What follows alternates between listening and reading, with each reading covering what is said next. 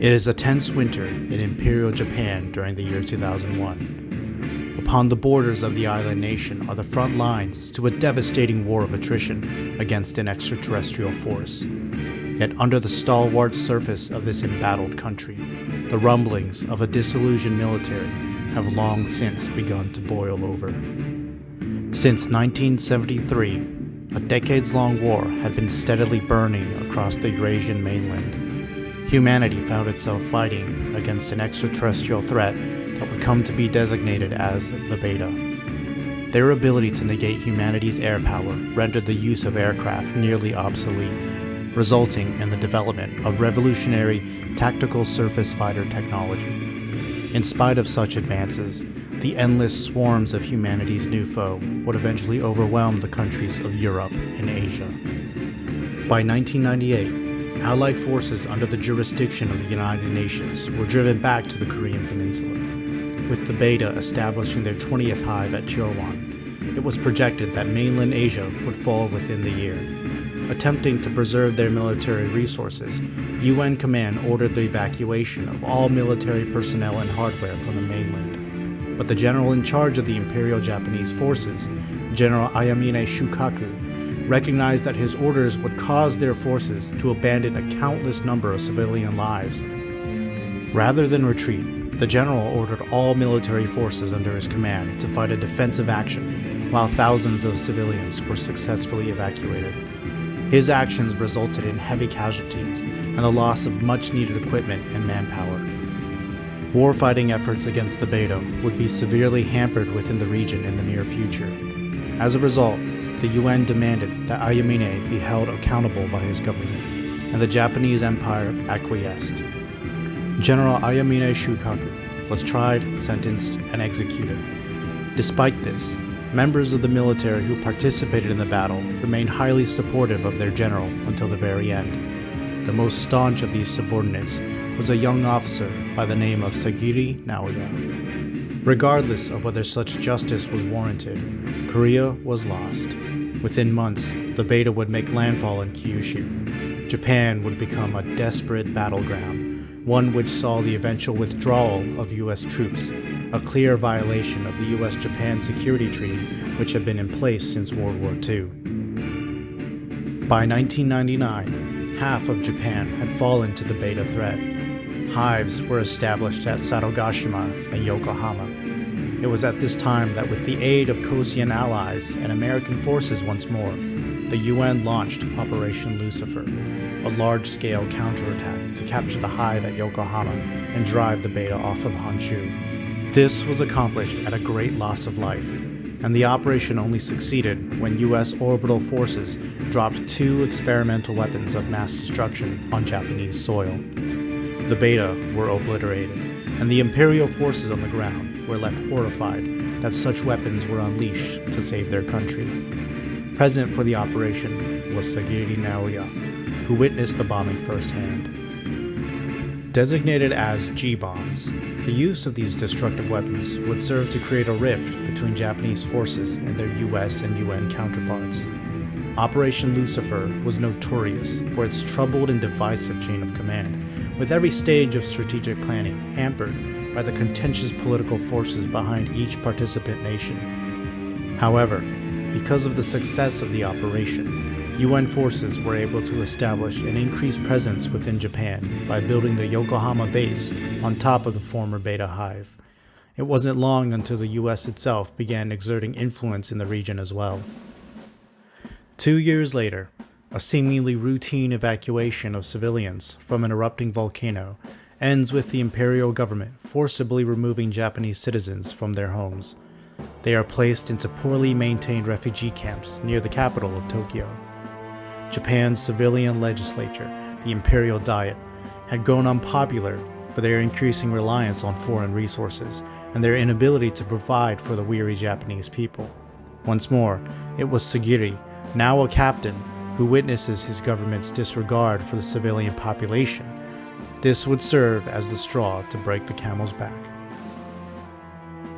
On the 5th of December 2001, Captain Sagiri rallies a corps of surface pilots and veteran officers from among the ranks of the Empire's prestigious 1st Capital Guard Division. Citing corruption in the imperial government, submission and collusion with foreign powers and intelligence agencies, and the continual mistreatment of Japanese citizens, its military, and the shogun herself, his forces seized control of the imperial capital. The Prime Minister of Japan, Sakaki Korichika, is executed along with many of his cabinet. It was the rebels' intent to free the young shogun, Kobun Yuhi, from being a mere figurehead to the imperial diet. The coup forces immediately surround the shogun's residence with companies of armor and infantry, alongside squadrons of tactical surface fighters. With the understanding that seizing the head of state would give the rebels the ability to legitimize their cause and govern in her name, the UN began discussing the possibility of intervention with the Japanese government. Shogun Kobun Yuhi, meanwhile, remained protected by the elite Imperial Royal Guard, who had formed a perimeter around the imperial palace and were locked in a tense standoff against the ever-increasing number of regular Imperial Army rebels. Conveniently, the U.S. 7th Fleet had been on hand in Sagami Bay, and immediately responded when the UN was granted permission to deploy additional forces at Yokohama base. The Imperial Japanese Army fielded 2 primary models of TSF, the Type 94 Shiranui and the Gekkoshin. Many of the rebel pilots were skilled veterans, only having been appointed to the Capital Guard Division for their combat experience and prowess in TSF piloting. Directly opposing them was the Imperial Royal Guard, a separate branch of Japan's military forces. Their ranks were composed of the Empire's nobility. While outnumbered by the regular military rebels, their forces used the advanced Type 00 Takamikazuchi, a TSF that easily outmatched the rebel units. The primary mission of the Royal Guard was to ensure the safety of Her Highness, Kobun Yuhi, but neither side desired a battle in the streets of Tokyo, which would cost the lives of hundreds, if not thousands, of civilians. Not far to the south, the Yokohama base was garrisoned by elements of the UN 11th Force, whose tactical armor battalions were already being mobilized for deployment into Tokyo. Landing on the base to assist with UN efforts, the American 132nd Tactical Armor Battalion also prepared to deploy alongside them. UN troops were often supplied by personnel and equipment from their host nation, and as such, the 11th Force also utilized TSF models such as the Gekkoshin Shiranui and the Type 97 Fubuki. Meanwhile, American forces deployed in the Strike Eagle, the deadliest of second-generation TSFs. The deployment of these troops into Japan was seen by local imperial forces as the first steps to a potential foreign invasion, either immediately or in the future. It further inflamed support for the rebel cause. Imperial Army TSFs briefly mobilized outside of Yokohama base in a show of force against the UN troops. Their posturing displayed a reluctance to cooperate beside UN and US forces against the coup. All the while, the rebels continued their attempts to coerce the shogun into their protection, under the reasoning that the current government catered to foreign interests far above those of the Japanese people. For UN leaders, preparations were already being made to bring the shogun into the protection of the UN by deploying additional American TSF battalions into Tokyo. It was all but certain that a battle would break out in the capital. Tactical armor battalions and air support units of the 11th Force would move into Tokyo all throughout the evening of December 5th.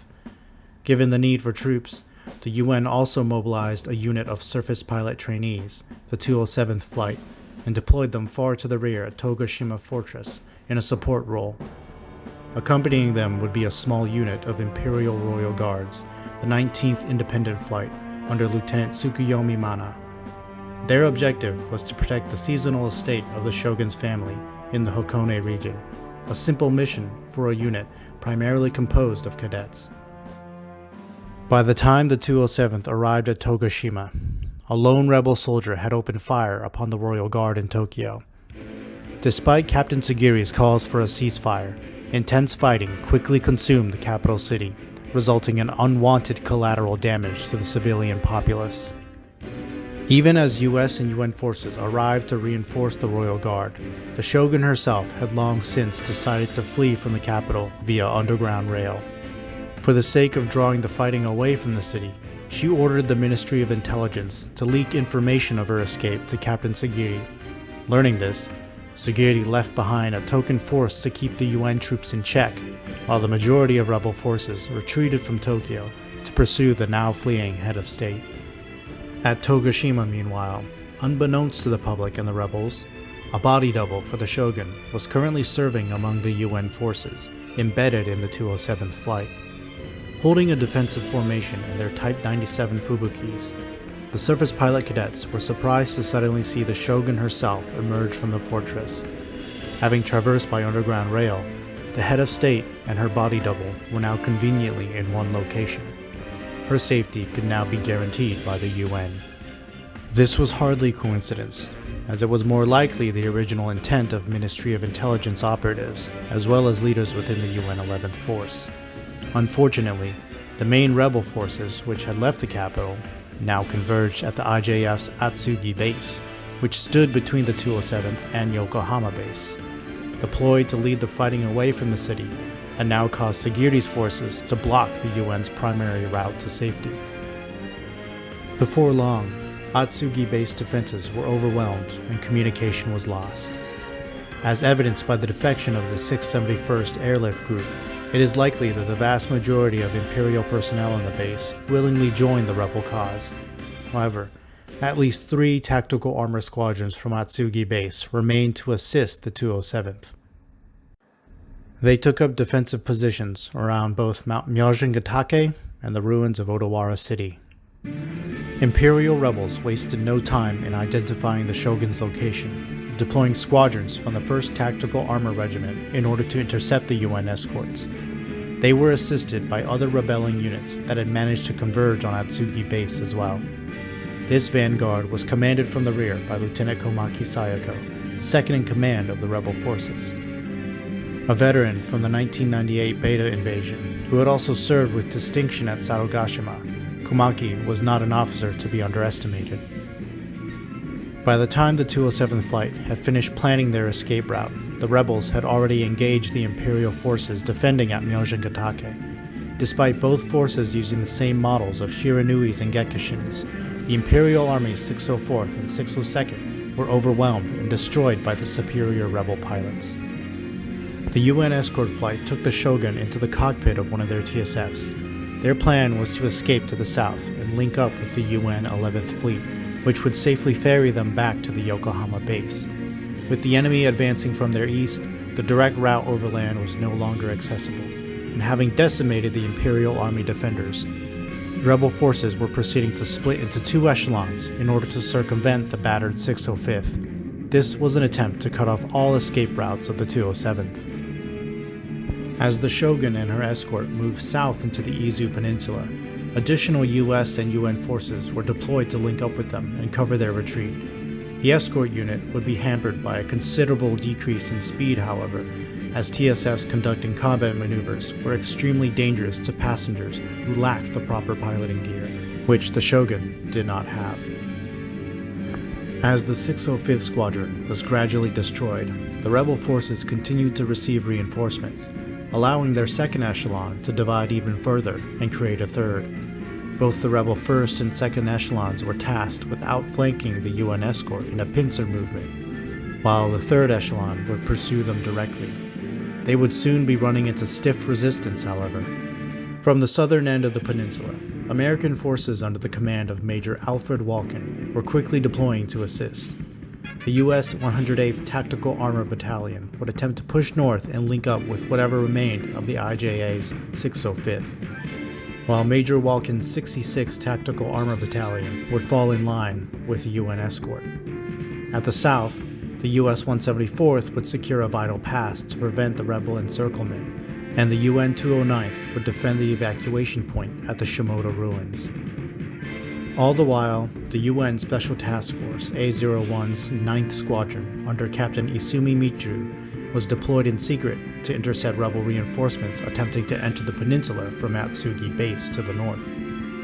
By the early hours of December 6th, pursuing rebel forces demanded the immediate surrender of the UN escort flight. Before they could be overtaken, though, the 207th and 19th flights managed to link up with U.S. forces. As planned, the American 108th and elements of the 66th provided a rear guard in lieu of the routed Imperial Japanese squadrons. The majority of the 66th, under Walken's command, formed up with the UN escorts. Overall command of the escort mission was then assumed by Major Walken, giving authority to the American forces. To the Japanese rebels, the appearance of American troops was yet another indicator that foreign powers intended to abduct their head of state, emboldening their desire to retrieve her. While the escort unit was refueling at an American supply point, U.S. forces to the north made contact with the pursuing IJA rebels. In an attempt to stall for time, the American pilots took up defensive positions and made several communication attempts with their Japanese opponents. When the rebels refused to transmit back in the official international language, communications broke down, devolving into insults, which devolved into gunfire. The American TSF, the Strike Eagle, was a considerable match for the Japanese Shiranuis, but with the deployment of the 66th Battalion's Raptor, the engagement was all but decided. Utilizing cutting-edge stealth technology and high maneuverability, the advanced Raptor TSF was able to maintain a consistent 7-to-1 kill ratio against the battle-hardened Japanese pilots. Soon, the 207th was once again on the move south, fully reinforced by their American escort. The plan was to escape the impending encirclement by reaching the ruins of the Hiyakawa toll booth before the rebels could beat them there. In the Hakone region to the north of the peninsula, Captain Isumi's Valkyrie squadron would skirmish with elements of the rebels' second echelon, preventing their entry into the peninsula. The elite Valkyries would have no problem holding this position, destroying any rebel units that drew near. Further south of the UN escorts, the American 174th held a pass directly west of the Hiyakawa ruins. They had begun to engage the rebel first echelon, who were attempting to intercept the escorts at Hiyakawa. A hectic but sustainable dogfight between the Strike Eagles and the Japanese Gekishins and Shiranuis was well underway. By the time UN escorts approached the Hiyakawa ruins, however, the first echelon had deployed a new unit of Type 94s. These were a squadron of aces from the Fuji Training Corps, an Imperial Army aggressor unit. Like so many already, this elite unit of veteran instructor pilots had defected to the rebel cause. Due to their skill, they were quickly able to put the American pilots on the back foot. Recognizing the possibility that they would soon be cut off, Major Walken ordered the escort unit to increase speed. Once the toll booth ruins were passed, their forces would be free of the possibility of any encirclement. But the 174th were quickly losing ground. They began withdrawing to defensive positions in the mountains, sustaining several casualties while fighting a steady and tactical retreat. It was all they could do to prevent themselves from being overrun, which would have guaranteed a successful interception of the Shogun's escort unit. Soon, fighting had broken out within the vicinity of the toll booth ruins itself, and to the rear of the escort flights, elements of the rebel third echelon had slipped past the American 108th to the north, pursuing the Shogun once more. As the 174th's deadly battle against the Fuji Training Corps now stood in the escort unit's way, Major Walken attempted to rebuild the defensive lines. 2 flights of Raptors from the 66th Battalion were ordered to push ahead and reinforce the Strike Eagles at Hiyakawa, while 1 flight of Raptors would turn around, intercepting and fighting a rearguard action against the pursuers from behind. With the vast majority of the Hunter Battalion now engaged in combat as well, the escorts were ordered to push through the battlefield at full speed. Now that the fearsome Raptors were joining the fray, the Americans succeeded in locking down the Japanese rebels, engaging them in a massive TSF dogfight. The UN escorts, only accompanied by a single flight of Raptors, were able to escape the engagement and continue south. Any further pursuit was effectively eliminated as the reinforced American units established a new defensive line. Unfortunately, as the escort unit continued south, the high stress of combat maneuvers in a TSF rendered the Shogun unconscious. Without wearing the standard issue fortified suit, her body was unable to resist the intense motion sickness. If the unit continued their flight, she ran the risk of death by vomiting-induced dehydration. They were forced to make an emergency stop. and high within the mountainous regions, they took up positions between Mount Maruno and Mount Iwa. Intense fighting continued at Hiyakawa to the north, but soon, all units which had been committed to the fight would be nearly depleted of ammo, fuel, and manpower. While the escort unit debated their options, the rebel forces attempted one final push into the peninsula. Captain Sagiri himself prepared to launch an airborne assault from Atsugi Base, while Lieutenant Komaki led a separate squadron to break through the UN lines. She would lead her forces into direct combat against the UN Special Task Force, the Valkyrie Squadron. The fighting was vicious, as both squadrons circled around each other, engaging and disengaging. Though both units were piloting the Type 94 Shiranui, the Valkyries had been field testing a new operating system for their machines, one which allowed for a 30% increase in maneuverability, evasion, and reaction time. The rebel pilots were unable to keep up. The end result was disastrous for the Japanese rebels. Lieutenant Komaki was shot down and wounded in action. Her entire squadron was wiped out in the engagement. The Valkyries suffered only one casualty, and the rebel ground assault drew to a complete halt. Back at Mount Maruno, the UN escorts continued to wait for Shogun Kubuin's recovery. The fighting on the Izu Peninsula began to spread out and gradually die down. For Captain Sagiri, this allowed the 671st Airlift Group to sortie in a low-level flight. Before the UN troops realized it, a formation of Antonov Tu-25 transports were on top of their position. Having used the low altitude to render themselves invisible to radar, the 671st conducted a daring airborne assault, deploying the last battle-ready squadron of the 1st Tactical Armor Regiment. Under the direct command of Captain Sagiri himself, the rebels finally managed to encircle the Shogun's escorts. Instead of attacking, however, the rebels offered a 1-hour ceasefire under the condition that the UN and US would surrender the Shogun into their protection by the end of the allotted time. Once more, a tense standoff ensued. The overwhelming odds were in favor of the rebel forces.